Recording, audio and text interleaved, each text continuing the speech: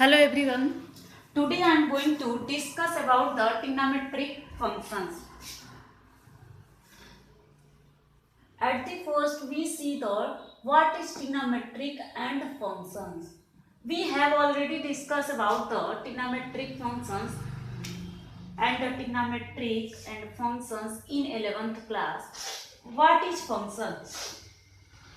A relation f from a set A to set B means a relation f from A to B is said to be a functions if every element of set A has one and only one image of set B B as of functions. Take an examples.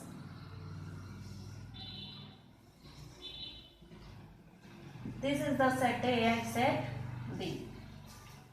देखिए यहाँ पे इसको हम लोग जब example से समझेंगे, ये 1 2 3 4 और यहाँ ले लिए A B C D. हम आपसे कह रहे हैं कि 1 का इमेज A है, 2 का इमेज B है, 3 का इमेज C है और 4 का इमेज D है. तो यहाँ देखिए यूनिक इमेज ये बना रहा है. यूनिक इसलिए ये हो रहा है क्योंकि यहाँ पे कहा जा रहा है कि 1 का एक ही इमेज है A, 1 का और कोई इमेज नहीं है, 2 का भी देखिए एक ही इमेज है और 3 का भी एक ही इमेज है, 4 का भी एक ही इमेज है. तो फंक्शंस में क्या कहा गया था कि ऐसा रिलेशंस फंक्शंस का, ठीक, एवरी एलिमेंट ऑफ ए यानी कि ए के सारे एलिमेंट क्या हो कि बी के साथ रिलेशंस बनाए. तो देखिए यहाँ 1 का ए से, 2 का बी से, 3 का सी से, ऐसा रिलेशंस बना है. और दूसरा कंडीशन क्या कह रहा है कि यह जो है बी जो इमेज बना रहा है, मीन्स ये जो एलिमेंट है वो इमेज इसका है. तो इमेज है तो वो कैसा इमेज होना चाहिए? डिस्टिंक्ट और यूनिक होना चाहिए. तो यहाँ देखिए डिस्टिंक्ट और यूनिक ही है क्योंकि एक ही बना है. लेकिन अगर हम ऐसा एग्जांपल ले लें, जैसे सपोज कर लीजिए यही सेम चीज हम ले रहे हैं, थोड़ा सा चेंज कर दे रहे हैं इमेज का, ए बी सी डी.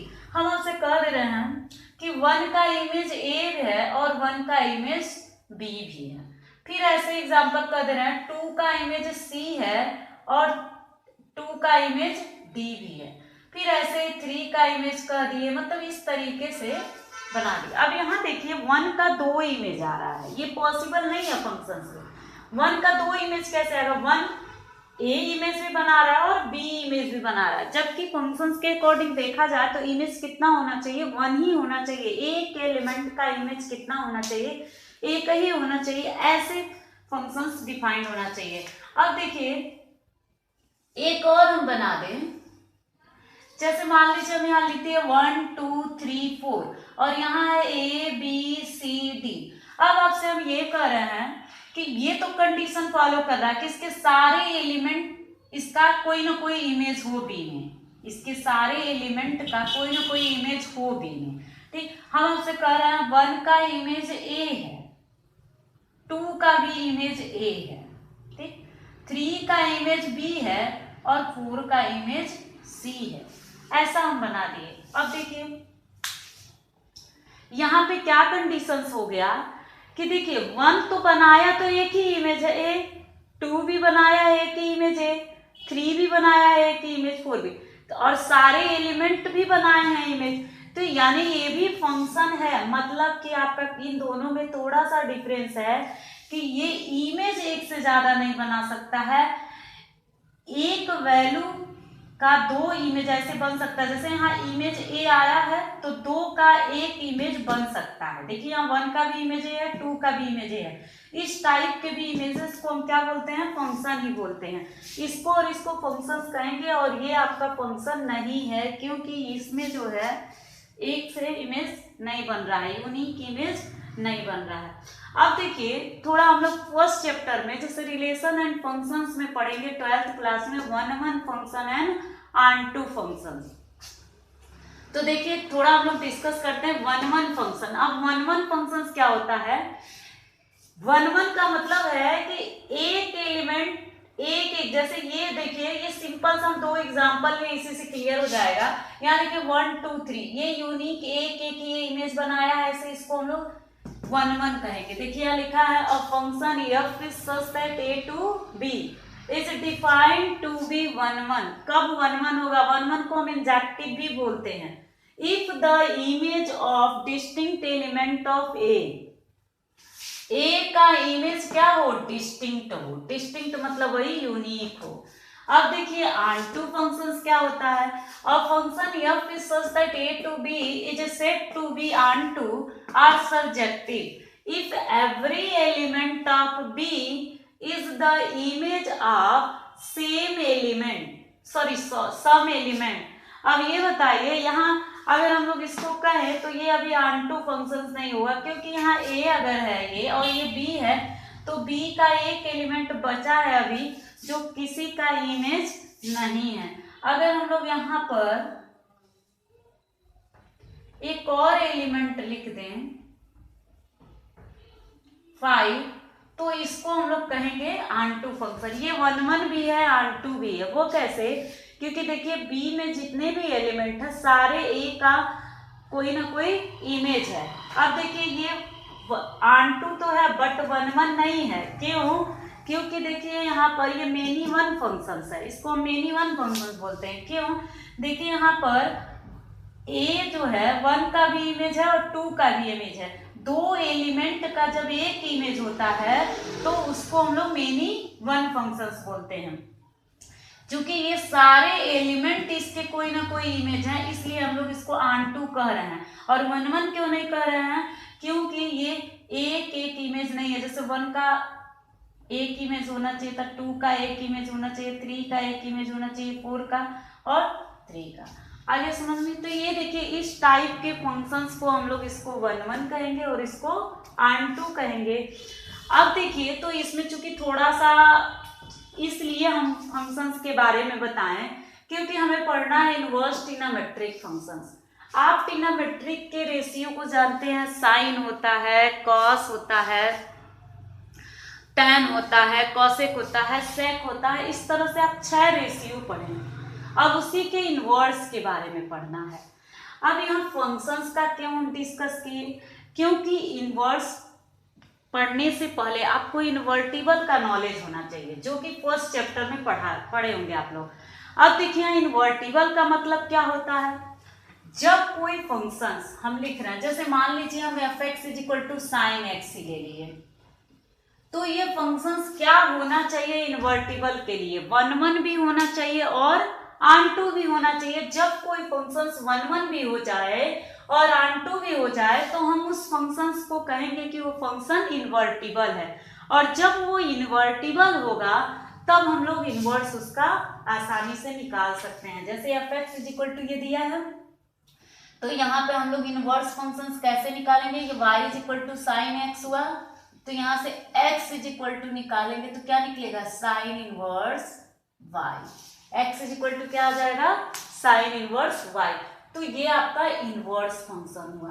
अब हम लोग देखते हैं इनवर्स में आपको क्या क्या पढ़ना है। ट्रिग्नोमेट्रिक का आप लोग एक बार 11th क्लास की बुक से पूरे फार्मूला को देख लीजिएगा और जो प्रिंसिपल वैल्यू, जनरल सोल्यूशन ये सब निकालने के लिए बताया गया था वो पूरा देख लीजिएगा। थोड़ा सा हम बेसिक कंसेप्ट के बारे में डिस्कस करते हैं। यहाँ देखिए जो साइन फंक्शंस होता है वो रियल नंबर टू -1 to 1 होता है। अब यहाँ बात कहा गया रियल नंबर। अब आप लोग सोच रहे होंगे कि पाई आ गया, मतलब 180 डिग्री 90 डिग्री कहाँ से रियल नंबर में आएगा? तो हम आपको बता दें, जब उसको हम लोग रेडियन में चेंज करते हैं तो रेडियन का जो वैल्यू आता है वो आपका रियल नंबर में बिलोंग करता है।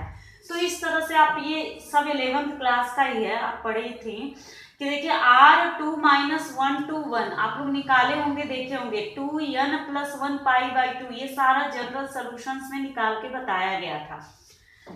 ये आपका सबसे मोस्ट इंपॉर्टेंट कंसेप्ट है जो 12th में जरूरत है। Inverse trigonometric functions with their domain and range. आपको पता है डोमेन क्या होता है? The first element of relations, ordered pair in relations. First element ordered pair को रिलेशंस के अंदर जो होता है उसको डोमेन कहते हैं और सेकंड एलिमेंट को रेंज कहते हैं, लेकिन रिलेशंस में। अब यहाँ देखा जाए तो ये डोमेन और ये क्या हो गया आपका रेंज हो गया। तो अब हम लोग इसको कैसे, अब यहाँ आपको बताया जा रहा है कि sine cos tan cosec sec ऐसे करके जो 6 रेशियो होता है उसका इनवर्स देखिए बनाया गया, sine inverse cosec sec inverse tan inverse और कॉट इनवर्स ऐसे बनाया गया। अब उसका रेंज क्या बताया गया है साइन इनवर्स का, -1 से 1 टू पाई -π/2 से π/2। अब ये कैसे आया है, हम एक रेशियो को समझा रहे हैं, चूंकि ये एग्जाम में वैसे नहीं आता है, बस आपको ये कॉन्सेप्ट समझना है, बट ये तो समझ में आना चाहिए कि कैसे ये आया है। तो हम आपको बस इतना बता रहे हैं अभी कि ये कैसे आया है। देखिए ये हम लोग पढ़ लिए हैं तो इसको हम इरेज कर दे रहे हैं। जैसे देखिए हम लोग एक साइन फंक्शन सपोज करते हैं, f(x) = sin x। हम लोग यहाँ ले लेते हैं f(x) = sin x, तो ये y = क्या बन गया sin x। अब यहाँ ये बन गया। अब देखिए इसका रेंज कैसे आया, तो हम यहाँ पे ऐसे मैपिंग बनाते हैं। ये बहुत इंपॉर्टेंट कॉन्सेप्ट है, इसको ध्यान से पढ़िएगा, ये फंक्शन में भी काम आएगा और इनवर्स में भी काम आ रहा है। देखिए यहाँ पे हम लोग सबसे पहले ये लिखे साइन फंक्शन यहाँ। अब यहाँ पे एलिमेंट क्या होगा और यहाँ पे एलिमेंट क्या होगा। आप लोग जब ग्राफ बनाते हो तो x का वैल्यू सपोज करते हो, ये सपोज कर लो x हो गया, ठीक, और ये आपका क्या हो गया y हो गया। और ये फंक्शन डिफाइंड कैसे है x to y। अब यहाँ पे देखिए हम x की वैल्यू सपोज करते हैं, पहले हम लोग x की वैल्यू 0 डिग्री लेते हैं, x की वैल्यू क्या रखते हैं 0 डिग्री। तो जब x की वैल्यू 0 लेंगे तो आपको पता है कि f(x) क्या आ जाएगा, मतलब यहाँ x की वैल्यू 0 रखेंगे तो मीन साइन 0 की वैल्यू क्या होती है 0। फिर देखिए जब हम लोग x की वैल्यू क्या रखेंगे 30 डिग्री, तो आपको पता है कि साइन 30 की वैल्यू क्या आती है 1/2। ऐसे ही हम लोग रखेंगे 45 डिग्री। आप इसको ऐसे भी पुट कर सकते हैं π/3 π/4, हम ऐसे पुट कर रहे हैं, आप ऐसे भी रख सकते हो π/6 और ये क्या हो गया π/4। तो आपको पता है π/4 की वैल्यू 1/√2 आती है। फिर π/3 का मतलब क्या होगा 60 डिग्री। तो साइन 60 की वैल्यू होती है √3/2। यानी जब 0 डिग्री रखे हैं, 0 रखे तो 0 आया है, π/6 रखे तो 1/2 आया है, π/4 रखे तो 1/√2 आया है, π/3 रखे हैं तो क्या आया है √3/2। फिर हम लोग क्या रखते हैं π/3 हो गया। अब हम लोग π/2 रखते हैं 90 डिग्री, तो क्या आ जाएगा 1। अब इसी को चूंकि ये रियल नंबर में है तो हम लोग पॉजिटिव और निगेटिव दोनों वैल्यू रख सकते हैं, तो हम लोग निगेटिव वैल्यू थोड़ा रखते हैं, -π/6 रखते हैं। तो ये क्या आ जाएगा माइनस, जब π/6 रखेंगे तो यहाँ देखिए आप लोग एक कॉन्सेप्ट पढ़े हो 11th क्लास में, sine of -x = -sin x। ये कॉन्सेप्ट सब लोग पढ़े हो। तो इसी तरह से अगर साइन ऑफ -π/6 निकालना है तो माइनस इधर आ जाएगा और साइन π/6 हो जाएगा। तो यहाँ देखिए जब हम इसको सॉल्व करेंगे तो ये क्या आ गया -1/2। अब यहाँ आ गया -1/2। फिर देखिए हम लोग क्या रखेंगे π/4 माइनस में, तब क्या आ जाएगा आपका 1/√2 माइनस में। फिर हम लोग रखेंगे -π/3, तब आ जाएगा -√3/2। फिर हम लोग रख देंगे π/2 माइनस में, तो यहाँ क्या आ जाएगा आपका -1। अब यहाँ देखिए कोई जरूरी तो है नहीं हम लोग केवल -π से लेके -π/2 से π/2 रखें, हम लोग इससे ज्यादा भी तो वैल्यू रख सकते हैं। अब हम लोग वैल्यू पुट करते हैं थोड़ा 120 डिग्री। 120 डिग्री जरा रखते हैं तो 120 डिग्री का मतलब कितना हुआ, इसको हम लोग चाहे तो रेडियन में भी चेंज कर सकते हैं, और अभी वैल्यू निकालना है तो हम रेडियन में क्या चेंज करें, हमको बस चेक करना है इसमें क्या आ रहा है। अगर साइन 120 रखे तो हम इसको लिख सकते हैं साइन 90 प्लस 30 डिग्री। अब हमें पता है साइन 90 प्लस 30 सेकेंड क्वाड्रेंट में जाएगा, और हमें पता है साइन 90 प्लस थीटा क्या होता है, कॉस थीटा, तो कॉस 30 हो गया। और कॉस 30 की वैल्यू क्या आती है आपका, कॉस 30 की वैल्यू बताइए कितनी हो जाएगी, √3/2। अब देखिए वही रिपीट कर रहा है, अगर हम लोग रख रहे हैं 120 भी तो क्या कर रहा है, वही वैल्यू रिपीट कर रहा है जितना भी। अब इसी तरह से आप 135 रख के देखिएगा तो 1/√2 आएगा। इसी तरह से 160 जितना भी आप वैल्यू पुट करिएगा, जितना ये एलिमेंट आया है यही बार बार रिपीट करेगा। तो इससे ये प्रूफ होता है कि हमारा जो ये फंक्शन डिफाइंड है उसका जो वैल्यू आ रहा है वो कहाँ से कहाँ तक है। यहाँ देखिए -1 से कहाँ तक है, 1 तक। अब वही हम लोग लिखे थे साइन x का, तो यहाँ पे लिखा गया है साइन इनवर्स का जो फंक्शन होगा वो -1 से 1 टू -π/2 से +π/2। अगर हम लोग अभी इसको देखें x का, तो इसका रेंज ऐसे हो गया -π/2 से ऐसे -π/2, π/2 से क्या हो गया -1 से 1। लेकिन अगर हम इनवर्स का देखें, ये तो साइन का हो गया, लेकिन जब हम इनवर्स का देखेंगे तो ये उल्टा हो गया। इनवर्स का तब इधर से देखेंगे ना, यहाँ देखिए तब x = क्या हो गया, साइन इनवर्स y, ये हुआ ना। तो हमें साइन इनवर्स का देखना है, यहाँ देखिए तब क्या बन गया, ये y देखेंगे पहले, तो y क्या है हमारा -1 से 1, और 2 क्या हो गया आपका 1 से -π/2 से π/2। अब इसी तरह से आप चाहे तो सारे का आप लोग चेक कर सकते हो कि कॉस इनवर्स का क्या होता है, कॉसेक इनवर्स का। इस तरह से फंक्शन सपोज करके ऐसे बना सकते हो, और इसके ग्राफ को भी आप लोग प्लॉट कर सकते हो, क्योंकि हम एक कॉन्सेप्ट बता दें। अब हम लोग अपने टॉपिक पे आते हैं जो हमें पढ़ना है, इनवर्स ट्रिग्नोमेट्रिक। इनवर्स ट्रिग्नोमेट्रिक में 1 मार्क्स का आता है बोर्ड में प्रिंसिपल वैल्यू निकालने के लिए। अब प्रिंसिपल वैल्यू निकालने के लिए क्या चीज पूछता है, जैसे देखिए कुछ क्वेश्चन हम यहाँ नोट करते हैं और बताते हैं। देखिए ये पढ़ने के लिए आपको जो ट्रिग्नोमेट्रिक का रूल बताया गया है कि किसमें क्या होता है, फर्स्ट क्वाड्रेंट, सेकंड क्वाड्रेंट, ये पूरा आपको नॉलेज होना चाहिए। इसलिए आप लोग इस चीज को रिवीजन कर लीजिएगा।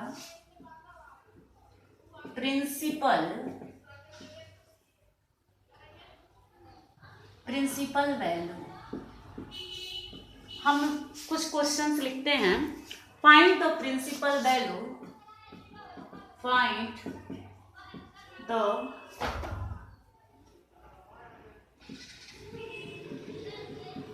Principal value. तो पहला मान लीजिए हम लिख दिए साइन इनवर्स 1 ही लिख दिए, फिर मान लीजिए दूसरा लिख दिए साइन इनवर्स 1/√2, और तीसरा लिख दिए साइन इनवर्स √3/2। अब ये कैसे आएगा, देखिए सबसे पहले हम लोग सपोज कर लेते हैं लेट y = साइन इनवर्स 1। आप ये बताइए जब ये y = साइन इनवर्स 1 तो ये साइन इधर आएगा, तो हम इसको लिख सकते हैं साइन y = क्या आ जाएगा 1। ये आया। अब हम देखेंगे कि किस में साइन की वैल्यू 1 होती है, मतलब किस वैल्यू में, तो साइन y 1 किसकी होती है, साइन π/2 की। तो ये कंपेयर करिए तो y की वैल्यू क्या आ गई, π/2। अब यहाँ हम लोग देखेंगे कि जो हमारा आया रहता है रेंज, वो हम लोग मिलाते हैं, इसमें देखते हैं कि उस रेंज में बिलोंग कर रहा है कि नहीं। तो हमारा जो इनवर्स का रेंज था वो क्या था, -1 से +1, और यहाँ x का एलिमेंट ऑफ क्या होना चाहिए, -π/2 से π/2। तो यहाँ हमारा y का वैल्यू आया, तो इसलिए हम यहाँ क्या लिखेंगे, y। अब हम लोग सेकेंड क्वेश्चन लेते हैं।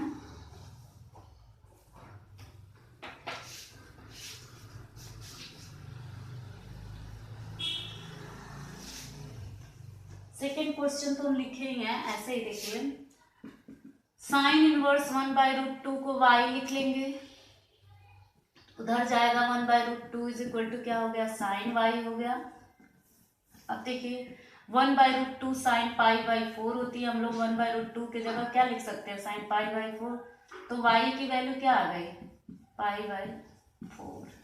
मतलब y का मतलब क्या कि sine inverse 1/√2 is equal to क्या आ गया, y के जगह पे क्या आ गया, π/4, ये आपका वैल्यू आ गया। इसी तरीके से सेम हम ये भी निकाल लेंगे कि sine inverse √3/2 is equal to क्या ले लेंगे, x ले लेंगे, तो ये उधर जाएगा तो √3/2 इज इक्वल टू क्या हो जाएगा, साइन x हो जाएगा। तो यहाँ पे आपको पता है कि ये किसकी वैल्यू होती है, sine π/3 is equal to sine x। Compare कर लीजिए, x सपोज कर सकते हैं या y, तो x इज इक्वल टू क्या आ गया, π/3। तो जब ये π/3 x की वैल्यू आ गई, तो यहाँ देखिए क्या सपोज किए थे आप लोग, sine inverse √3/2 is equal to x की जगह क्या रख देंगे, π/3। इस तरीके से हम लोग प्रिंसिपल वैल्यू निकालते हैं, 1 मार्क्स का क्वेश्चन आता है। अभी कोई जरूरी नहीं है हम साइन इनवर्स में बताए हैं, हो सकता है ये क्वेश्चन कॉस इनवर्स में दे दे, टेन इनवर्स में दे दे, ऐसे भी पूछा जा सकता है। जैसे देखिए एक हम क्वेश्चन कर रहे हैं टेन इनवर्स में, मान लीजिए लिखा है टेन इनवर्स -1/2, सॉरी -1, ये लिखा है। अब इसको कैसे करेंगे, y इज इक्वल टू पहले सपोज कर लेंगे, तो y इज इक्वल टू जब सपोज करेंगे टेन इनवर्स इधर आएगा, tan y हो गया, बच्चा क्या, -1। अब हम लोग देखेंगे कि किसमें इसकी वैल्यू जो है माइनस को ऐसे बाहर लिख देंगे, हम लोग देखेंगे किसमें इसकी वैल्यू 1 होती है, तो π/4 की वैल्यू 1 होती है। अब देखिए हमें पता है कि tan of -x is equal to क्या होता है, -10x होता है। तो यहाँ पे देखिए tan y is equal to tan of -π/4 लिख सकते हैं। अब कंपेयर करिए तो y इज इक्वल टू क्या आ गया, -π/4। अब y हम लोग किसको सपोज किए थे, tan इनवर्स -1 को। अब ये क्या आ गया आपका, -π/4। अब यहाँ देखिए हम एक चीज देख लेंगे कि y बिलोंग कर रहा है किसके बीच में, -π/2 से लेके किसके बीच में बिलोंग कर रहा है, π/2 से। अब ये आपको चेक करना पड़ेगा कि ये उसमें बिलोंग करे, मतलब इस चीज को चेंज करना। जैसे देखिए हम एक क्वेश्चन लेते हैं कॉस का, कॉस इनवर्स -1/2, जैसे ये क्वेश्चन है, कॉस वाले में प्रॉब्लम आती है बच्चों को, इसकी आपको प्रिंसिपल वैल्यू निकालनी है। Find the principal value of cos inverse -1/2। अब इसका हम प्रिंसिपल वैल्यू कैसे निकालेंगे, सबसे पहले y सपोज करेंगे जैसे अभी तक हम लोग किए हैं, तो -1/2 is equal to cos y हुआ। अब यहाँ पे देखिए कि हम लोग साइन में तो पढ़े हैं, जैसे tan of -x is equal to -10x होता है, फिर हम लोग साइन में भी पढ़े हैं sine of -x sin x, लेकिन हम लोग कॉस में तो नहीं पढ़े हैं, कॉस में तो ऐसा होता नहीं है।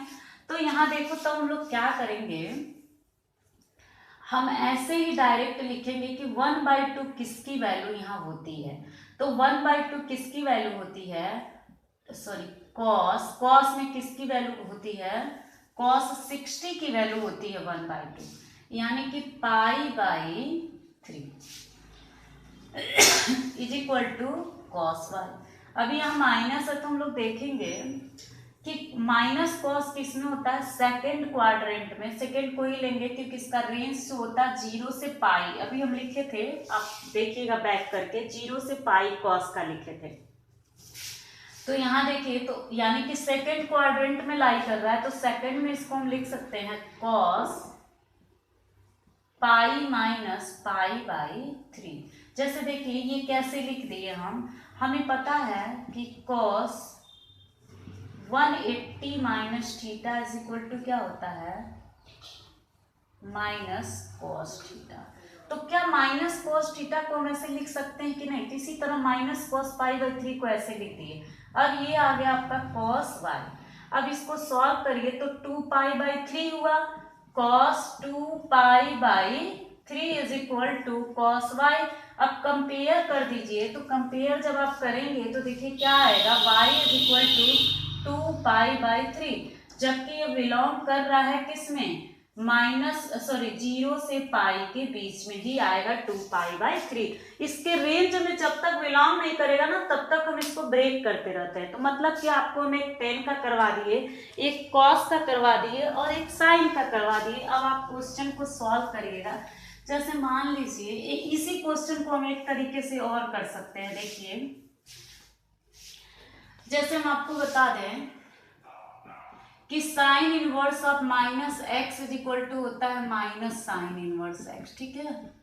फिर उसके बाद cos inverse minus x is equal to होता है pi minus cos inverse x, क्योंकि ये सेकेंड में चला जाता है। अब देखिए फिर tan inverse of minus x is equal to क्या होता है, टेन इनवर्स एक्स, ये होता है। तो अब इस क्वेश्चन को जो हम किए, अगर हमको ये कॉन्सेप्ट याद है तो हम डायरेक्ट चेंज कर सकते हैं। जैसे देखिए कॉस इनवर्स माइनस 1/2 को हम लिख सकते हैं पाई माइनस कॉस इनवर्स 1/2। अब देखिए पाई माइनस कॉस इनवर्स 1/2 को हम लोग क्या लिख सकते हैं, ये किसकी वैल्यू होती है, कॉस इनवर्स, और यहाँ 1/2 किसकी वैल्यू होती है, कॉस पाई बाई 3 की।